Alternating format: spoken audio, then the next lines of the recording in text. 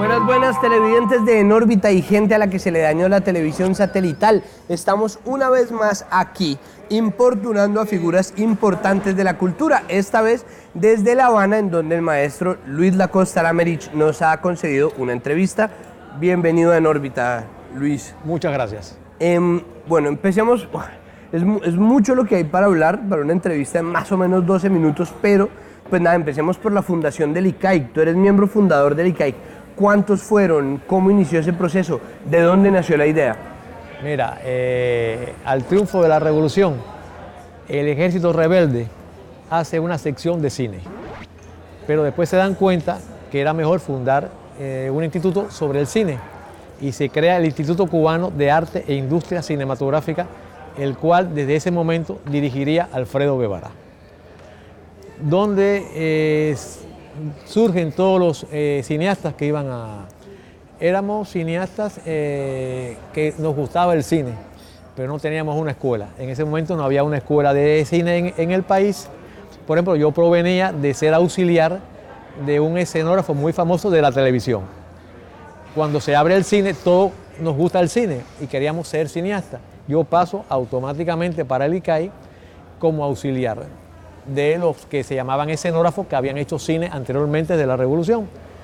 Yo hago las primeras películas como auxiliar y al cabo de 3 años, con mi experiencia, me empiezan a dar la primera película que era muy sencillita, de Manuel Octavio Gómez, un director muy famoso que tuvo Cuba, fallecido hoy en día ya, y ahí comienzo el andar mío poco a poco de ser escenógrafo. ¿Qué sucede? Yo me voy a la universidad y la afinidad con el escenógrafo era la arquitectura. Entonces me pongo a estudiar arquitectura. No la termino, motivo de que las filmaciones te ocupaban todo el tiempo. Por ejemplo, hoy te decían, mañana sales para Santiago de Cuba, que es el extremo oriental, y tenía que dejar la universidad. Y me iba a filmar, por ejemplo, Cumbite, que es una película sobre haitianos que se filmó en Guantánamo. Y así fui perdiendo el hábito de ir a la universidad, me fui formando poco a poco. Y así fui yo creándome como escenógrafo hasta que ya tengo cerca de 100 filmes como escenógrafo y como director de arte. Ahí comienza el ICAI. La dirección de arte en el cine cubano es más recursiva en términos de, no sé, invención de escenografías o en diseño. ¿Es mucho más recursiva que el cine latinoamericano? No, mira, tú sabes que nosotros tenemos muchas dificultades para hacer cualquier proyecto. ¿Qué sucede? El director de arte, que debe de tener bajo su mando al escenógrafo, al diseñador de vestuario, al maquillista, al peluquero, y aquí en Cuba los efectos especiales del set. Hay veces que cuando estamos haciendo un proyecto, sí, uno piensa, uno se ilusiona y la mente vuela, y a la hora de la realidad no hay nada de lo que pedimos nosotros. Entonces tenemos que hacer un reajuste. Por ejemplo, no hay madera, no hay pintura, o hay pintura solamente de un solo color. Ahí empieza el ingenio del director de arte. Claro, en coordinado siempre con las partes que lleva a la gente que yo mando. Entonces, después yo estoy de acuerdo, pues yo discuto con el director de fotografía, con el director general, porque en resumidas cuentas, el director de arte junto con el director de fotografía y el director principal somos los que dirigimos la película. Yo me encargo del entorno, el director de fotografía de la parte visual y el director general de los actores. Nuestros directores son muy dúctiles en ese sentido. Por ejemplo, ellos nos mandan a buscar locaciones, buscamos locaciones, se las llevamos fotográficamente o digital, y ahí empezamos a ver lo que conviene y lo que no conviene. Una vez que tenemos ya puesta toda la idea sobre qué vamos a hacer, empezamos a hacer los proyectos o los bocetos. Pero, y en medio de todo eso, ¿cuáles son los proyectos que más te han gustado hacer? ¿Los que exigen de ti más ingenio y menos presupuesto, o en los que has tenido más opciones y más recursos? Yo he trabajado mucho el cine histórico, el cine musical. Por ejemplo, yo hice una película con Perú que era Tupac Amaru, donde los recursos eran mínimos. Yo tuve que hacer una iglesia donde llega Tupac Amaru y se hicieron todo con cartón, pero bueno, quedó tan bien que la gente piensa que es una iglesia real. Y cuando esa iglesia se cae por un terremoto, cuando caen las vigas parece que son vigas reales. Ahí me ayudó mucho el efectista especial. O sea que todo el cine es un trabajo coordinado, es un trabajo colectivo. Nadie puede trabajar por sí solo. Tengo otra película, por ejemplo, un musical que aquí gustó mucho, que se llama Pataquín, que esa película se hizo en exteriores y en el estudio, en el foro o en el plató, como dicen los españoles.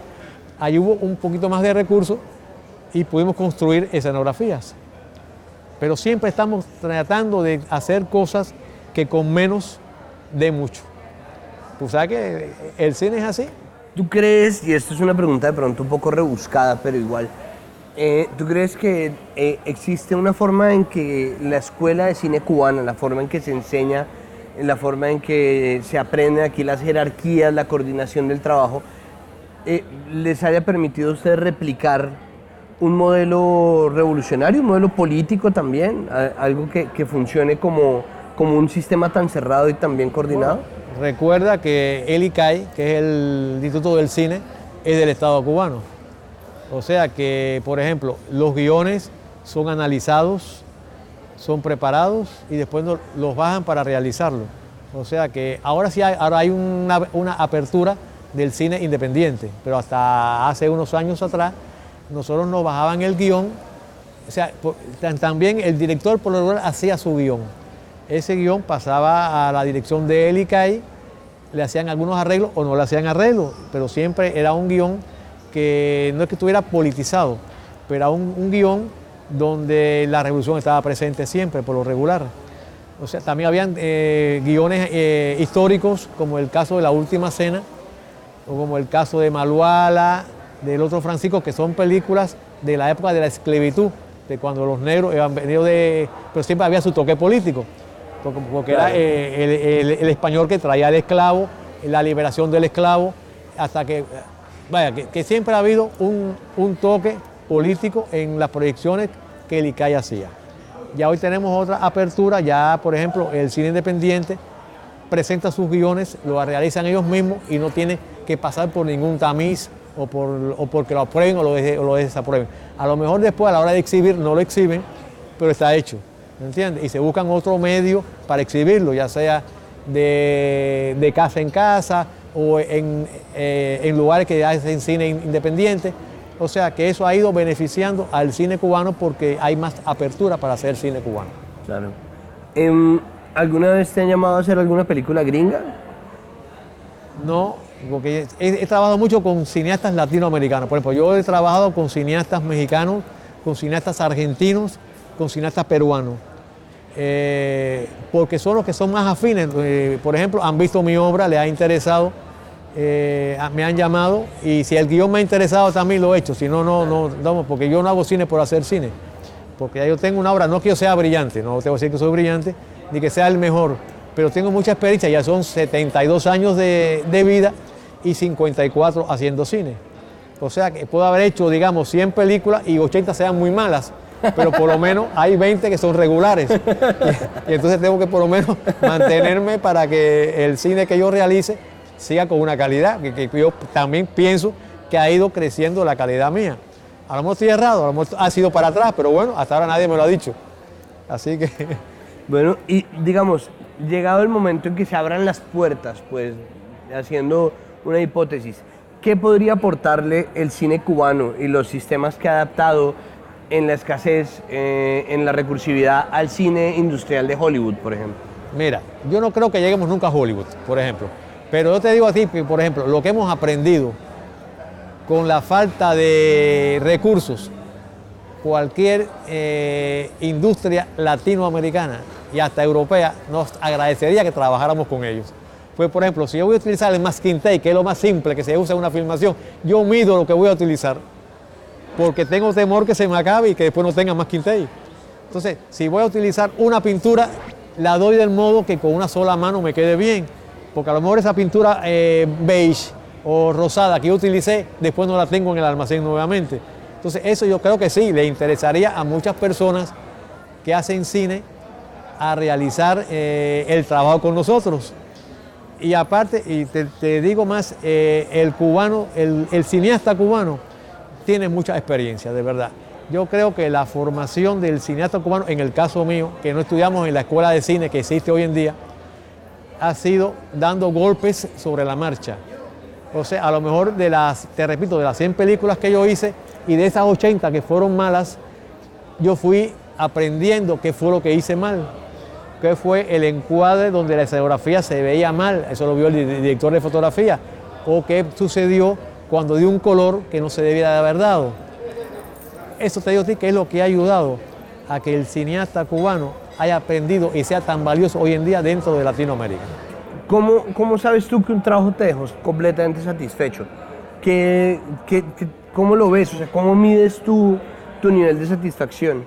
No, mira, yo creo que el artista nunca está satisfecho. Vamos a decir, siempre hace una obra, la encuentra bastante buena, el público la aclama, porque por ejemplo, yo te puedo decir a ti que, por ejemplo,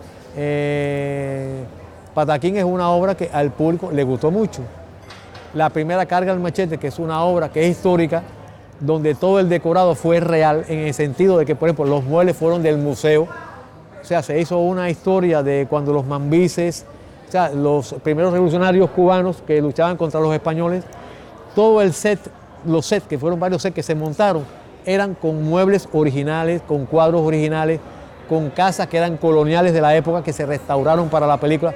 Fue una película costosa, pero una película que como una especie de historia de Cuba ha quedado para eso. O sea que es una película que yo estoy muy satisfecho con ella. Pero hay otras películas que, por ejemplo, son más simples, que también estoy satisfecho porque con la simpleza el público, por ejemplo, una película se llama Los pájaros tirándole a la escopeta, que es tan simple, tan simpática, que el público la agradeció y la sigue recordando con mucho cariño. Entonces, ya veas que una película muy costosa, una película muy simple, pueden ser muy buenas y el público te puede agradecer lo que has hecho tú. O sea que ese es, mira, el cine siempre es una caja de sorpresa. A lo mejor lo que me gusta mucho a ti no te gusta. Y lo que te gusta a ti, a mí no me gusta, por algún motivo será. Entonces empezamos con las discusiones y para eso en Cuba se utilizaba mucho hacer el cine debate. O sea, cuando cine debate. Sí, cuando por ejemplo terminábamos una película, Ajá. antes de exhibirla para el público, dentro del organismo, dentro del ICAI, hacíamos los cine debates, participábamos todos y veíamos los errores que podíamos haber cometido. ¿Entiendes? Y ahí esos errores se anotaban y si era posible, hasta si había tiempo de hacer alguna pequeña edición por algo que había sucedido, se podía hacer. Hoy no se está haciendo, desgraciadamente. Y a veces salen películas que se dicen, bueno, se pudo haber arreglado a tiempo y no se arregló. Por eso es tan importante que yo siempre le he aconsejado a todos los amigos míos que antes de proyectarla hagan un cine debate entre ellos mismos para ver qué se puede hacer o no se debe hacer para la próxima película. ¿Cómo nació el festival y cómo ha evolucionado? ¿Cómo nació la idea del nuevo cine latinoamericano? Mira, Alfredo Guevara era una persona para mí genial. Yo creo que ha sido uno de los intelectuales más importantes del siglo XX de Latinoamérica. Fue una gente con una visión cinematográfica muy amplia. Esto es el Viña del Mar es el primer festival latinoamericano en ese sentido. Cuando ocurre lo que ocurre en Chile, nos quedábamos sin un festival latinoamericano. Alfredo inicia el Festival Internacional del Nuevo Cine Latinoamericano, que es como se llama. Entonces, idea hacer el primer festival en la ciudad de La Habana, en la capital de Cuba, donde invitamos a todos los grandes cineastas como Fernando Birri, no sé, grandes Solana, etcétera, para no ser muy larga la lista. Y comenzamos a hacer el Festival de Cine Latinoamericano, que el primero fue un éxito, increíblemente. Fue muy austero, era el primer festival, se hizo en un cine pequeño, el cine que está al lado de la institución del cine cubano, y fue un festival que repercutió mucho, con las vistas a hacerlo todos los años. Y así fue poco a poco subiendo el Festival de Cine. Cada año había más invitados, más personas interesadas en el Festival de Cine. El pueblo cubano espera diciembre para ir al Festival de Cine. Ustedes tienen que haberlo visto, hay grandes colas en los cines. Ya no hay cine para poner Festival de Cine, porque ya todos los cines están copados para el Festival de Cine. Se ponen a veces en la universidad, se pone en escuelas, en lugares abiertos, porque el Festival de Cine es la fiesta del cine en Latinoamérica. Lo hemos mantenido contra viento y marea, porque también problemas políticos ya, bloqueo, etcétera, que no voy a hablar de eso, que todo el mundo conoce. Siempre tenemos también problemas de austeridad en ese sentido. Pero es un festival que yo considero que tengo el honor de haber comenzado en el número 1, en el primero. Desgraciadamente este año hago el 35 sin Alfredo, porque Alfredo fue muy amigo mío, de verdad. Yo me sentaba siempre al lado de él en la presidencia, para cualquier problema que hubiera, sus invitados, etc. Pero bueno, estoy aquí este año y le rindo humildemente mi homenaje a Alfredo con este festival. Considero que hoy por hoy sigue siendo un gran festival, el Festival de La Habana, como le llaman muchos, y espero que continuemos haciendo el Festival de La Habana. Por favor. Y que ustedes sigan viniendo. Pero por favor, llámenos. No, ¿cómo ha evolucionado el cine latinoamericano desde hace 35 años? ¿Qué ha cambiado? ¿Siguen los mismos conceptos? ¿Siguen las mismas ideas? ¿La misma forma de hacer? Mira, el cine latinoamericano, primero que todo, creo que es una gran denuncia. Una denuncia a cómo vive el latinoamericano. Latinoamérica, a pesar de que es un continente, bueno, el continente americano, pero bueno, yo lo pico ahí, para mí es un gran continente, el continente latinoamericano. Ha ido evolucionando en el sentido que los temas a veces denuncian más los problemas que tiene no solo la mujer, el niño, el trabajador, el minero, etc. Y las películas tienen más calidad en el sentido que están mejor hechas. Ya tienen más experiencias, porque las primeras películas eran como un poquito más independientes, no tenían recursos para trabajar. Yo creo que hay un cine consolidado ya, un cine latinoamericano, que inclusive no solamente se ve en Latinoamérica, se ve en Europa, se ve en África. Yo creo que ya es un festival que la gente pretende hacer o procura hacer su película para exhibirla aquí, porque sabe que tiene la seguridad que la vamos a ver todos los latinos que estamos aquí presentes. Y te repito, ha ido evolucionando a favor. Yo creo que el cine latinoamericano con el tiempo va a ser uno de los cines más importantes del mundo. ¿Tú estás trabajando en televisión también? Sí, mira, la coyuntura, porque como ya no, mira, ya no hacen tantas películas a veces por problemas X. Entonces, como yo tenía ya un trabajo hecho en el cine, hay muchos directores de televisión que me han pedido y estoy haciendo los llamados telefilmes. O sea, que son historias breves de 1 hora, 35 minutos, y a mí le llaman unitarios, o sea, que tienen muchos éxitos y se ponen en la televisión y se exportan a algunos países latinoamericanos.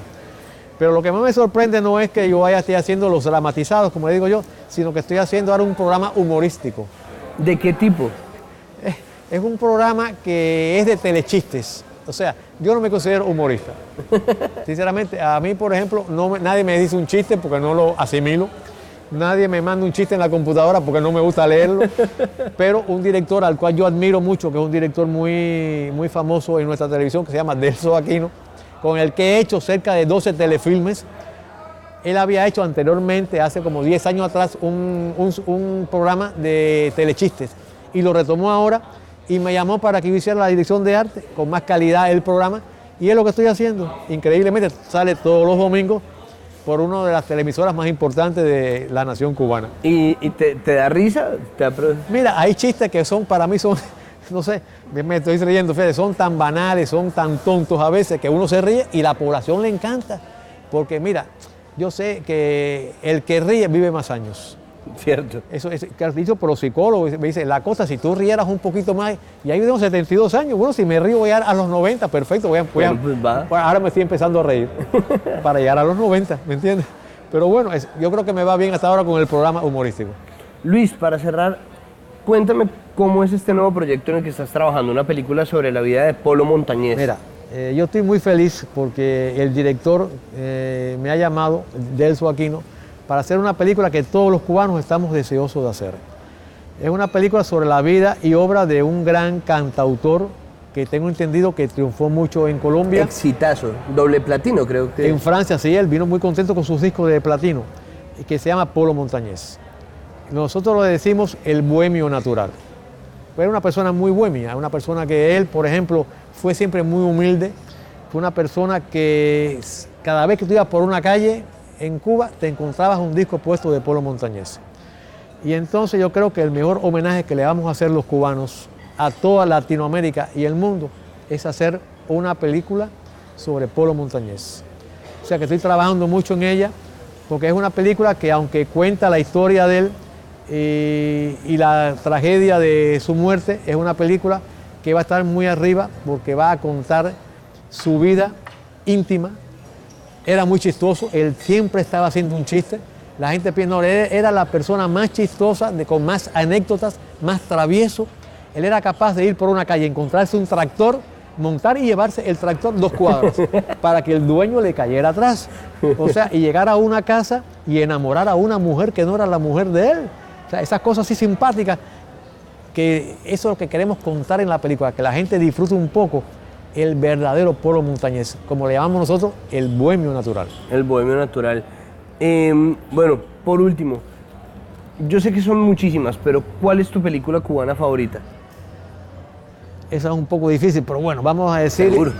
que fuera, a ver, debo decir 2. Una histórica, que es La primera carga al machete.